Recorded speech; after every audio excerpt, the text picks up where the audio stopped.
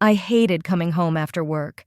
Every night when I turned the key in the lock, I felt heavy, like I was sinking underwater. The Cavendish house had never been a safe harbor for me, more like a battlefield of invisible mines and traps. That Tuesday, I lingered in the office of Shelbyville Construction Company. Joanna, the head of accounting, asked me to count the quarterly reports. "Prue, you're the only one I can trust with these numbers," she said, and I felt that rare warmth that comes from being appreciated for your skills rather than trying to belittle them. It was dusk by the time I parked my shabby Ford in front of the house. Our little two-story cottage in the south end of Shelbyville always looked too right. Trimmed bushes, fresh paint, perfect lawn. Dad cared for the image of a successful businessman even in the little things. I entered the house quietly, hoping to slip into my room unnoticed. Verity was usually watching her favorite reality shows at this time, and my father hadn't yet returned from his insurance company office. But something wasn't right. There was an unaccustomed silence in the house. The usually working TV was silent, and that alerted me more than if I'd heard screaming. I climbed the stairs, and the first thing I saw was the open door of my bedroom. It was chaos inside. The contents of drawers turned out on the floor, bed turned over, things from my closet strewn all over the room. Someone had methodically gone through all my stuff. "Did you find it?" Verity's voice made me flinch. She was standing in the doorway, arms crossed over her chest. She wore the same expression I'd known since childhood, a mixture of contempt and triumph. "What did you find?" I asked, realizing I was in the middle of another family storm. "Don't pretend," Verity snorted, stepping forward. "My grandmother's necklace. The sapphire one, the one worth $15,000. I froze. Grandma Elspeth had died a month ago. Her passing was quiet, in her sleep after a long illness. She was the only person in the family who treated me with genuine warmth. The sapphire necklace I'd seen her wear only a few times, for special occasions. It was antique, with a center stone the size of a thumbnail surrounded by small diamonds. "I didn't take any necklace," I replied, trying to keep my voice steady. Showing fear or anger in front of Verity was like exposing my unprotected throat to a predator. "You're lying," she hissed. "Grandmother always singled you out." "My little Prudence looks so much like me when I was young," she mimicked her grandmother's voice. "She must have told you where she hid the jewelry." I took a deep breath. 25 years of living with Verity had taught me that arguing was useless. She always knew how to twist any situation in her favor. "Verity, I have no idea what you're talking about. If the necklace is missing, maybe we should go to the police." Her face contorted with rage. "They already have, and they'll be here soon." Dad called the station as soon as we found it missing. A chill ran down my spine. Verity never missed an opportunity to hurt me, but being accused of theft was a new level, even for her. The front door slammed downstairs, and my father's heavy footsteps echoed on the stairs. A moment later, his massive figure filled the doorway. Garland Cavendish looked exactly 56, graying temples, deep wrinkles on his forehead, cold gray eyes. He always wore a suit, even on weekends, as if he expected a surprise visit from an important client. "Prudence." His voice sounded dry and formal, like I was one of his subordinates. "Did you take your grandmother's necklace?" "No, Father. I didn't even know we had it in the house." He narrowed his eyes, studying me with the look he probably used to look at suspicious insurance claims. The necklace was in the safe in my office. The safe hadn't been broken into, so someone knew the code. "It wasn't me," I repeated, feeling my heart pounding in my chest. "I never went into your office without permission." Verity let out a theatrical sigh. "Daddy, she's lying. I saw her hanging around your office last Friday, and she's the one who needs the money. Her measly accountant's salary barely covers her expenses." "That's not true," I objected, but my father raised his hand to stop me. "Verity said she saw your bank statement. You took out a loan 3 months ago?" I felt the blood drain from my face.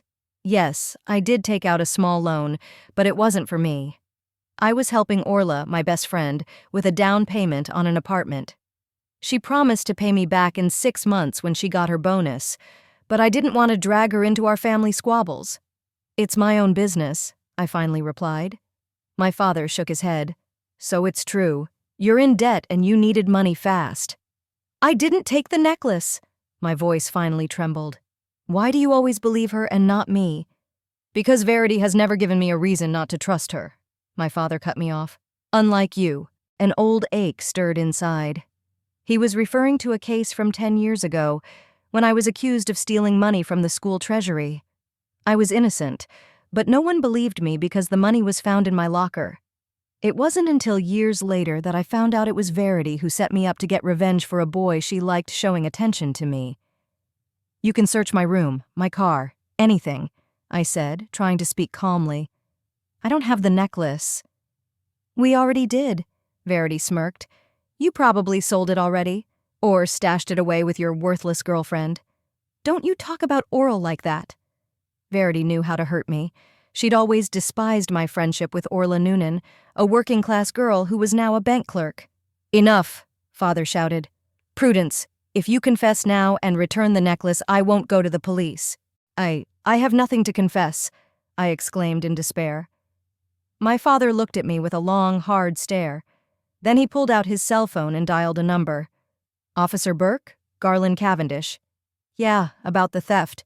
We talked to my daughter and she's refusing to confess. Yeah, I'll be waiting. He put the phone in his pocket and turned to me. The police will be here in 20 minutes. In that time, pack your things and leave my house. What? I couldn't believe my ears. You're kicking me out? Without proof? Just taking her word for it?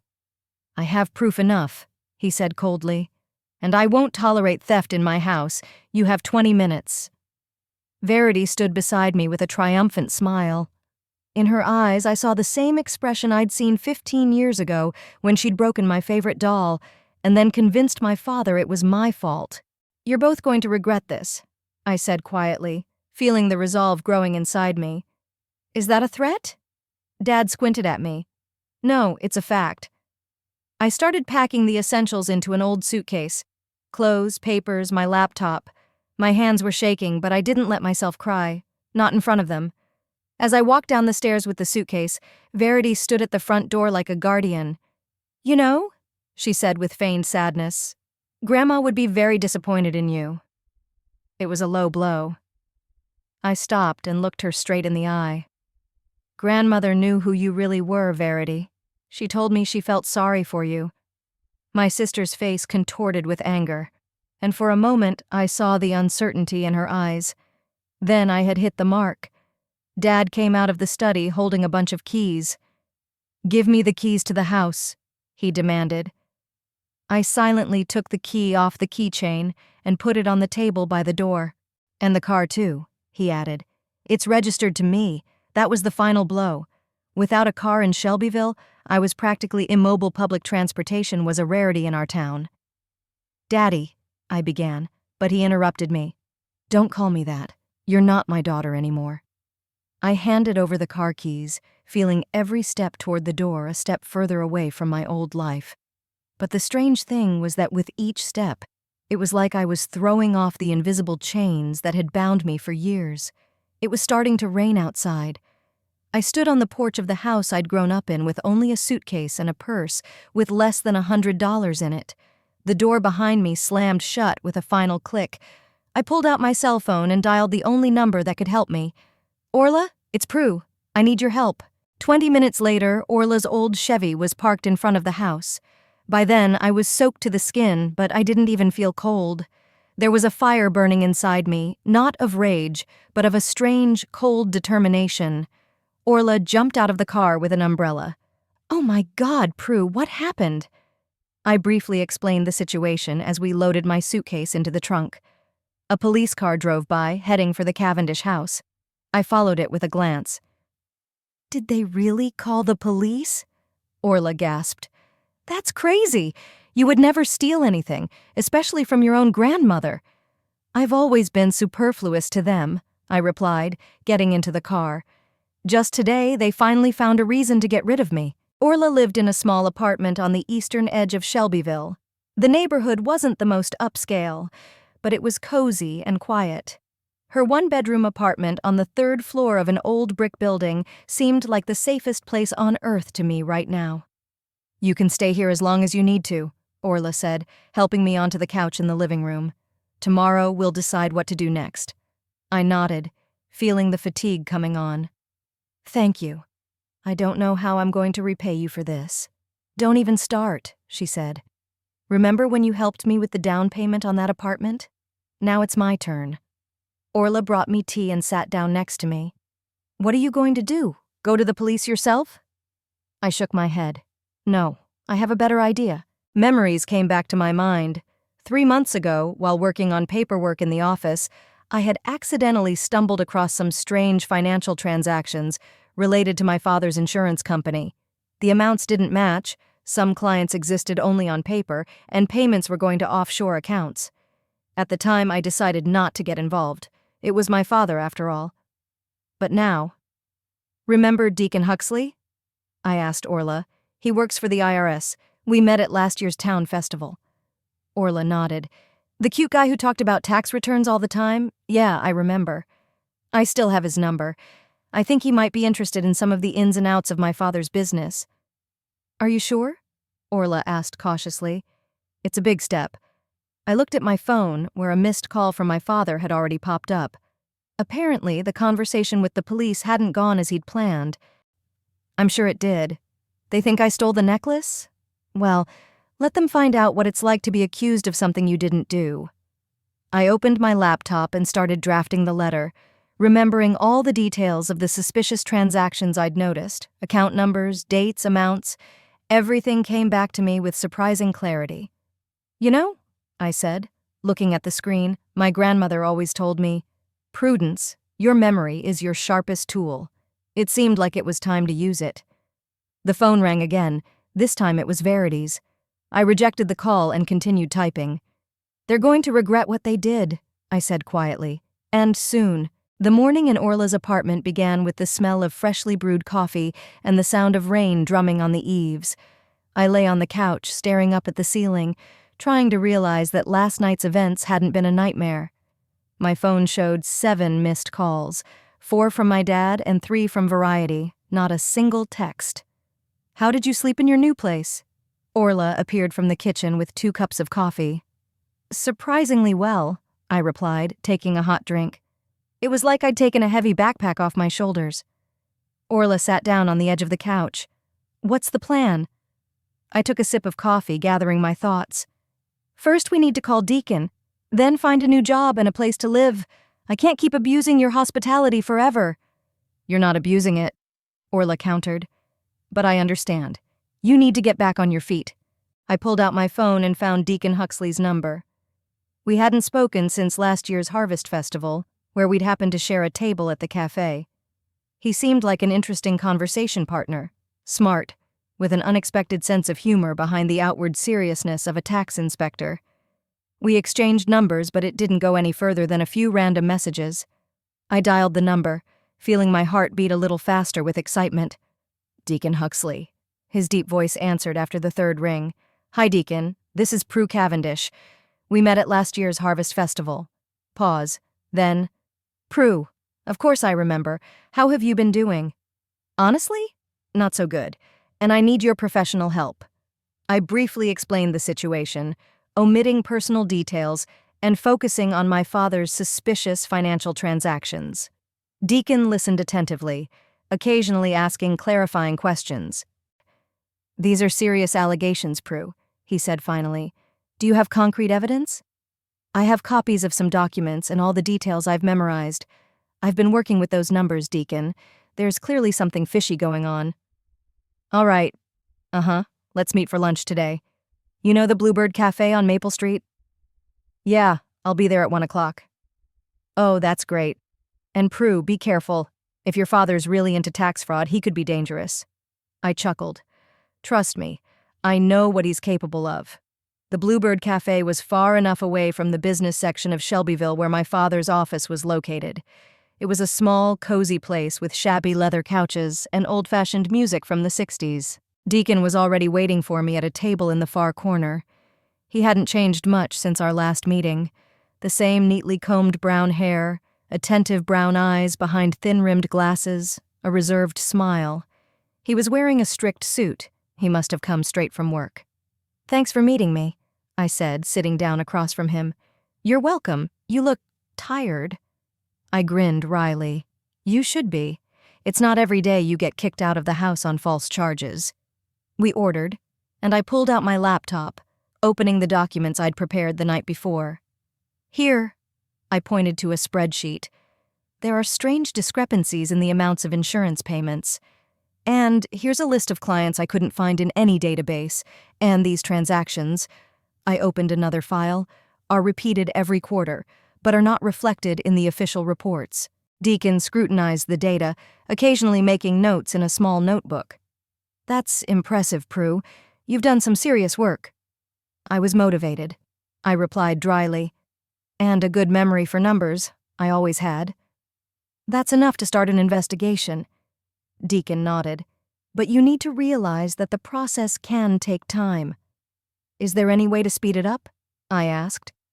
Deacon tapped his pen on his notebook thoughtfully. There is one. If the suspicions are serious enough, we can initiate a freeze on the accounts until the circumstances are clarified. But to do that, I'd have to get my supervisor involved. And how quickly could that happen? With all the necessary data and clear signs of irregularities, within 48 hours. I nodded. Do what you need to do. I want them to feel the consequences of their actions. We talked for another hour or so. Deacon questioned me about the details of my father's business, and I told him everything I knew. Gradually, the conversation turned more personal. Where do you live now? He asked. At a friend's. Temporarily. I'm looking for a job and a place to live. About work. My aunt has a small accounting firm across town. She's been looking for someone with accounting experience. I can set up a meeting for you. I looked at him gratefully. That would be wonderful. As we were saying goodbye, Deacon suddenly took my hand. You know, I'm glad you called. It's just a shame it had to be under these circumstances. I felt my cheeks warm slightly. I'm glad too. Thanks for your help. I'll call you as soon as there's news, he promised. When I got back to Orla, I found that the number of missed calls from family had increased to 12. Added to them was a message from my father. Prudence, we need to talk. It's important. I ignored it and instead started looking at apartment listings in Shelbyville. The prices were unpleasantly high for my budget. Especially considering the loss of my job, I doubt my father would let me go back to the construction company where he was a major client. How did the meeting go? Orla asked after getting home from work. Productive. Deacon has taken over and may even be able to help with the work. Uh-oh, Orla said with a sly smile. He's cute, that tax inspector of yours. He's not mine, I countered, feeling myself blush again. Just a nice man who agreed to help. Sure, Orla winked. And what about the accommodations? I sighed. Nothing suitable yet, either too expensive or in such neighborhoods that it's scary to go out after sundown. Don't be in a hurry. Stay with me until you find something good. The next morning, I woke up to a phone call. Deacon. Prue, you're not going to believe this. My boss took the case personally as soon as he saw the files. He says he suspected something like this in the Shelbyville insurance industry for a long time. And now what? Cavendish insurance accounts have been seized, and your father's personal accounts too. An official investigation has begun. I felt a strange mixture of triumph and sadness. He was my father no matter how badly he treated me. Thank you, Deacon. So, what now? Now we wait. Also, my Aunt Laurel wants to meet you at 3 o'clock this afternoon. I gave her your number and she'll call you soon. Deacon's aunt was an energetic woman in her 50s with a short haircut and a discerning eye. Her small accounting firm, Huxley and Associates, occupied the second floor of an old building on the east side of Shelbyville. Deacon says you're a good accountant, she said after a brief interview. And judging by the way you laid out your father's machinations, you have an eye for detail. Thank you, I replied, a little embarrassed by her directness. I can offer you a position as a junior auditor. The pay isn't the highest, but it's fair. And there are prospects for growth. I'll take it, I said without hesitation. Great. Can you start on Monday? Sure. As I walked out of the office, I felt the weight of uncertainty ease a little. I'd have a job. Now all I had to do was find a place to live. My phone rang again. This time it was Verity. I almost pressed decline, but something stopped me. Curiosity, perhaps. Yes? I answered coldly. Prue, finally! Verity's voice sounded panicked. What's going on? All our accounts have been blocked. Dad's trying to call his banker, but he's saying something about a tax investigation. Do you have anything to do with this? I have no idea what you're talking about, I replied calmly. But it sounds like you're in trouble. Don't play with me, Verity shouted. We know it's you. Father's furious. What about you, Verity? Are you furious too? Or panicked? What happens to your credit cards if the accounts remain blocked? There was a pause. Then Verity spoke more softly, almost pleadingly. Look, Prue, I know we're not the best sisters, but this is serious. Dad says he's facing jail time if this situation isn't resolved. That's a shame, I said without sympathy. Maybe I should have thought of that before I got involved in tax fraud. Prue, please. Now you listen to me, Verity. I have no intention of helping you. You accused me of stealing, kicked me out of my house, left me destitute. So you can solve your own problems. I passed out, feeling strangely satisfied. For the first time in my life, I wasn't the one making excuses and apologizing. That evening, Deacon invited me to dinner. We met at a small Italian restaurant that he said made the best pasta around. There's news, he said as we ordered. And it's interesting. Tell me, I said, stepping forward. The investigation turned up some strange transactions involving the Golden Chain pawn shop on Highland Avenue. Guess who pawned a sapphire necklace there 3 weeks ago? I froze. Verity? Deacon nodded. That's right. Got $7,000. Not full value, of course, but the pawn shop owner described the jewelry, and it matched the one you were accused of stealing. I leaned back in my chair, trying to make sense of the information. So Verity had stolen the necklace herself, pawned it, and then accused me in order to avert suspicion. That's what it sounds like. Pawn shop owner said she seemed nervous and told me not to tell anyone about the deal. Promised to buy the necklace back in a month. But why would she need the money? I wondered aloud. Her father had always made sure she had everything she needed. Deacon pulled another sheet out of the folder. Here might be the answer. Your sister was found to be in debt to an online casino to the tune of about $9,000. And from the looks of it, she was trying to hide them from your father. I couldn't believe my ears. Verity's a gambling addict? It didn't fit the proper daughter image she'd always cultivated. Does your father know about this? He does now. The IRS has contacted him about all the irregularities, and the necklace story came up too. I imagined Garland Cavendish finding out that his favorite daughter was not only a thief, but had a gambling problem. That his adored Verity lied to his face and framed innocent Prue. What's going to happen to them next? I asked. Depends on how serious the investigation reveals. The accounts will remain blocked until all the circumstances are clarified. If the tax offenses are confirmed in full, your father could face a large fine and possibly jail time. I remained silent, digesting the information. Revenge was sweeter than I'd expected, but at the same time it left a strange taste of bitterness. Do you regret what you did? Deacon asked quietly, looking at me carefully. No, I answered firmly. They deserved it, but it's still my family, no matter how toxic it is. Deacon nodded understandingly. You know what strikes me about this story? He said. How often the people who seem the most respectable are actually the least honest.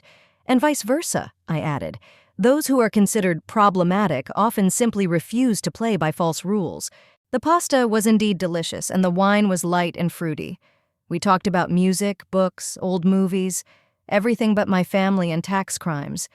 And for the first time in a long time, I felt like a normal girl on a normal date, not an outcast trying to survive a betrayal. Deacon walked me to Orla's apartment. At the door, he shifted awkwardly from foot to foot. I thought, maybe you'd like to go to the movies this weekend, unless, of course, you have other plans. I smiled.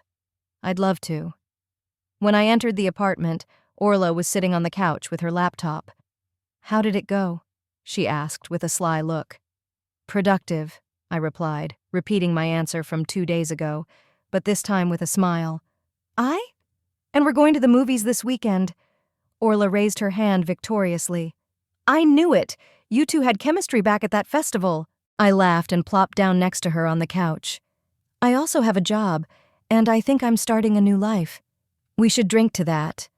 Orla took out a bottle of white wine from the refrigerator. To new beginnings.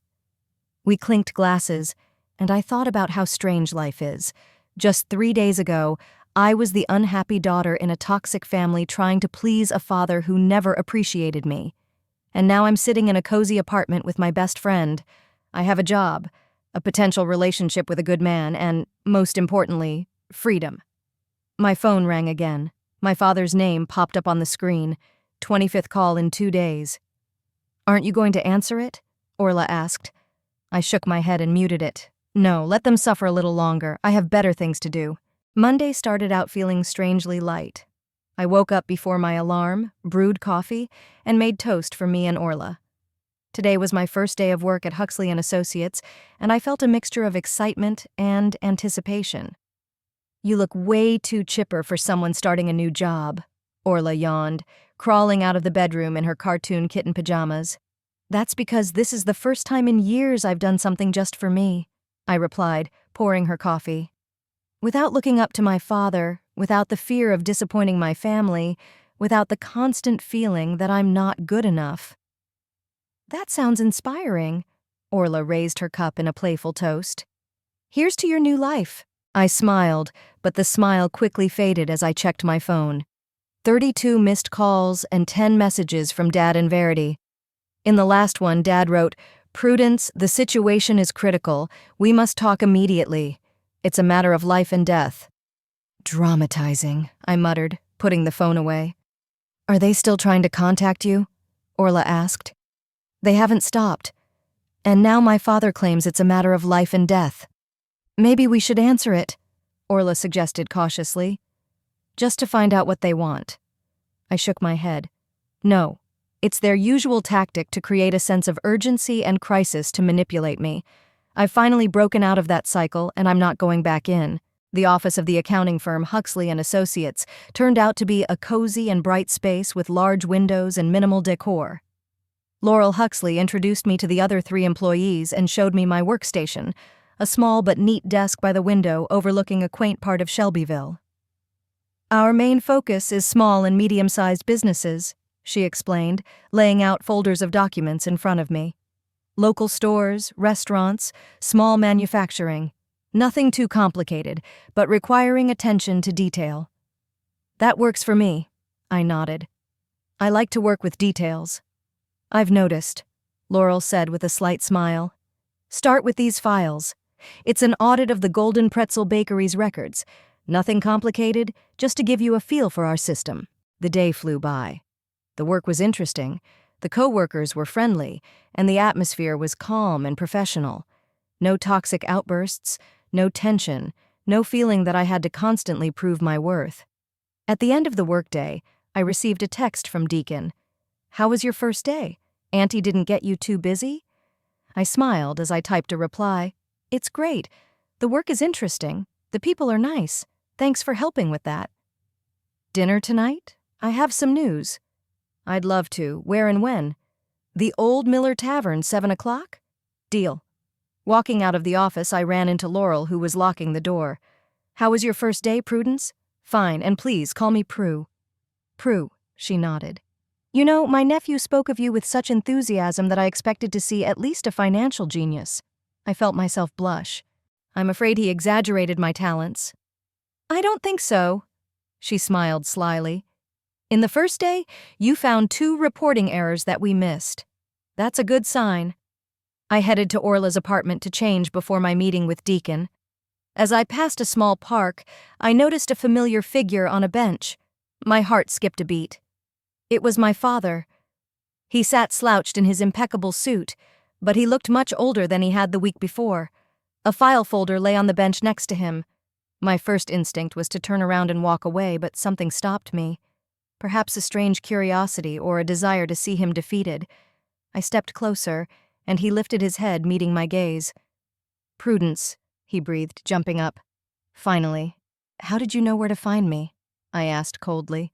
I was watching the office of your new job, he admitted. I needed to see you. You were watching me? I was indignant. This is a new level even for you. Please hear me out. His voice trembled, and it was so unaccustomed that I stopped talking. Garland Cavendish never asked, he demanded. Garland Cavendish never looked vulnerable. You have 5 minutes, I said, sitting down on the opposite edge of the bench. All my accounts are blocked, he began. Business is paralyzed. The IRS promises to ruin me with fines. And you think I'm supposed to sympathize with you? After you kicked me out of my house with no money, no car, without even listening? I know you didn't steal the necklace, he said quietly. Verity confessed. She has a gambling problem. She pawned her grandmother's necklace to cover her debts, and then she panicked and blamed you. I was silent, looking at him. No apology, no admission of error, just a statement of fact. And now you expect me to help you get out of trouble with the IRS? I finally asked. I know that you're the one who told them about some irregularities in my business. Systematic tax fraud and fictitious clients, you mean? He cringed. Yeah, that. And why should I help you? Dad pulled an envelope out of a folder and handed it to me. Because this is your grandmother's will, the real will, which I, hid. I took the envelope, feeling my hands shake. Inside was an official document with stamps and signatures. She left you a house in Claremont, Father continued, and most of her savings. And the necklace, of course. She always said you reminded her of her when she was young. I read the document, unable to believe my eyes. Grandma Elspeth had indeed left me a small cottage in Claremont, a suburb of Shelbyville, a bank account for $27,000, and family jewelry, including a sapphire necklace. You kept it from me, I said, feeling the anger rising inside. For a month, you knew and didn't say a word, and then you kicked me out of the house, accusing me of stealing something that should have been mine. I'm sorry, he said quietly. And it was so unlike Garland Cavendish that I wondered for a moment if I was dreaming. I was wrong. Why now? Why did you choose to show me this now? Because I'm desperate, he answered honestly. And because Verity finally told me the truth. Not just about the necklace, but about the many other times she'd lied about you. I stared at him, trying to make sense of what I was hearing. So Verity had confessed to more than just the necklace story? What else did she tell? What do you want from me? I asked. Help me make a deal with the IRS. He swallowed nervously. You know that Inspector Huxley. He'll listen to you. And what do I get in return? Everything that's rightfully yours. Grandmother's house, the money, the necklace. My apology. Publicly, if you want. I thought about it. Part of me wanted to refuse him, to let him lose everything like he was willing to let me. But another part of me thought that revenge wouldn't make me happy. I wanted to start a new life, not carry the weight of hatred around with me. I need to think, I said, standing up, and talk to Verity in person. She's waiting at the cafe across the street, Dad said quickly. She was afraid you'd refuse to talk to her if she came over right away. She was right to be afraid, I hummed. All right, I'll talk to her, but no promises. The Morning Star Cafe was almost empty at this hour. Verity sat at the far table, nervously fiddling with her cup. She looked gaunt without her usual makeup, her hair gathered into a sloppy ponytail, not at all the well-groomed look she'd always so carefully maintained. Prue, she jumped up when she saw me. You came. Not for you, I cut her off, sitting down across from her. My father showed me my grandmother's will. Verity lowered her eyes.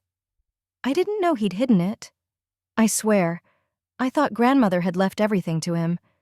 And the necklace? Did you know it was supposed to go to me? She didn't say anything, and that was answer enough. You know, Verity. I looked at her without anger, more like weariness. I've always wondered why you hate me so much. What have I done to you? I don't hate you, she answered quietly. Envy you. I've always been jealous. Me? I couldn't believe my ears. Your father's favorite, beautiful, always getting what you want. Are you jealous of me? You're strong, she looked up at me. You always have been. You don't need approval like I do. You're smart, real, and me. I always felt like I was playing the role everyone expected me to play. I was silent, not knowing what to say to this sudden revelation. Gambling, she continued after a pause. At first it was just fun, then a way to feel something. Adrenaline, fear, hope, anything but emptiness.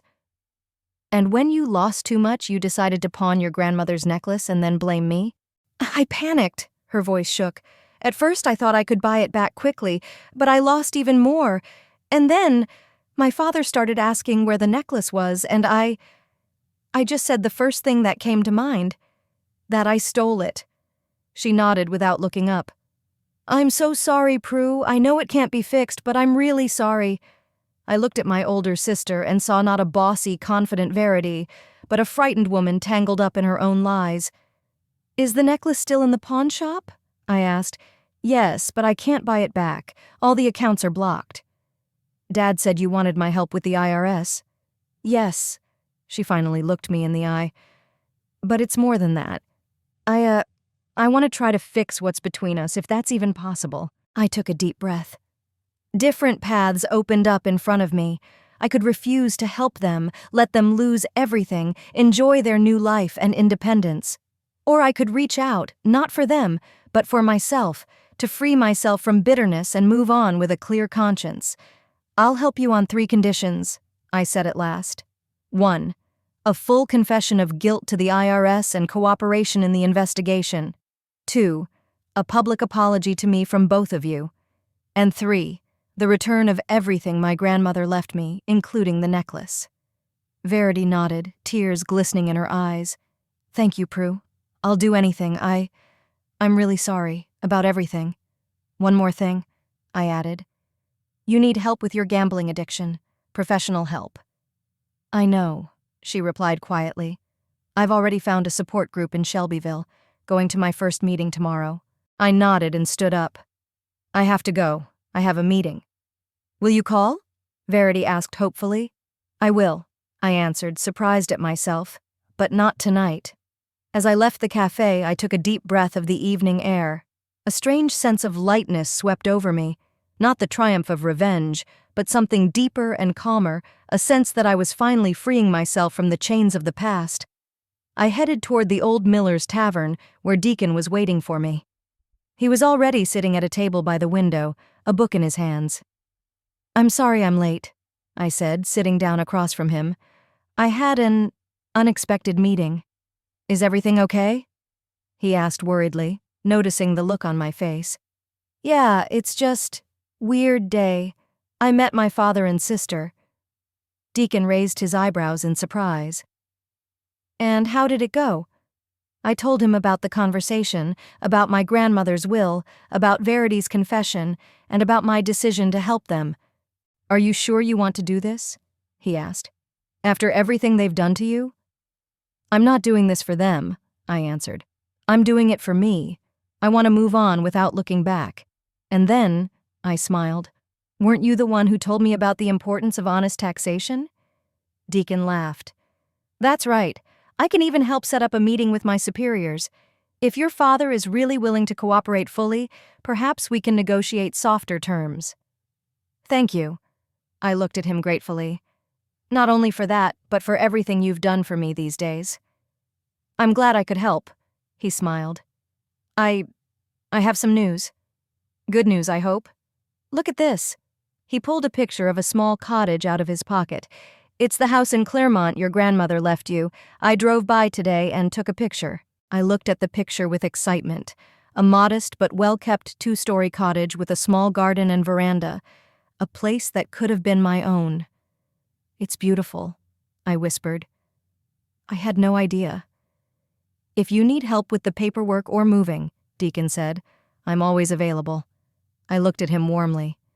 Less than a week ago, I'd been a single girl in a toxic family with no prospects for a life of my own. And now I had a new path in front of me. A job I liked, a home of my own, a chance to start a relationship with a man who saw and appreciated me for who I was. You know, I said, when my father kicked me out of the house, I thought it was the end. It was the beginning. Deacon took my hand. Sometimes you have to lose everything to find what's really important. A philosopher from the IRS. I smiled. only in my spare time." He winked. The next morning I called my father and informed him of my decision to help. We arranged a meeting with representatives of the tax service where I acted as an intermediary. My father admitted all the violations, agreed to pay the penalties, and provide full information about his financial schemes. In return, the IRS unfroze some of his personal accounts and allowed the company to continue operating under strict controls. Verity kept her word and began attending a support group for people with gambling addictions. She also helped buy back a necklace from a pawn shop that was now rightfully mine. 2 weeks later, I moved into my grandmother's cottage in Claremont. Deacon and Orla helped me with the move, and then we threw a small housewarming party. As I hung pictures and arranged books, I felt like I was finally finding my home, a place where I could be myself without fear of judgment or criticism. That evening, after everyone had dispersed, I pulled out my grandmother's sapphire necklace and wore it for the first time. Standing in front of the mirror, I remembered her words to me one day. "Prudence, you are stronger than you think. And one day you will find your way, even if it seems like all roads are closed now." Grandma was right. I did find my way. And even though it started with betrayal and pain, it led me to freedom and new possibilities. The sapphire necklace was more than just a piece of jewelry. It was a symbol of that path, a reminder that sometimes you have to lose everything to find yourself. I carefully placed the necklace in the jewelry box and closed it. There was a new life ahead of me, with its own challenges and joys.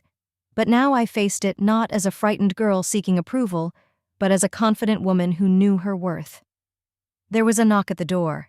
Deacon stood on the threshold with a bottle of wine and a warm smile. "Thought you might want some company on your first night in your new home," he said. I smiled and opened the door wider. "Come on in.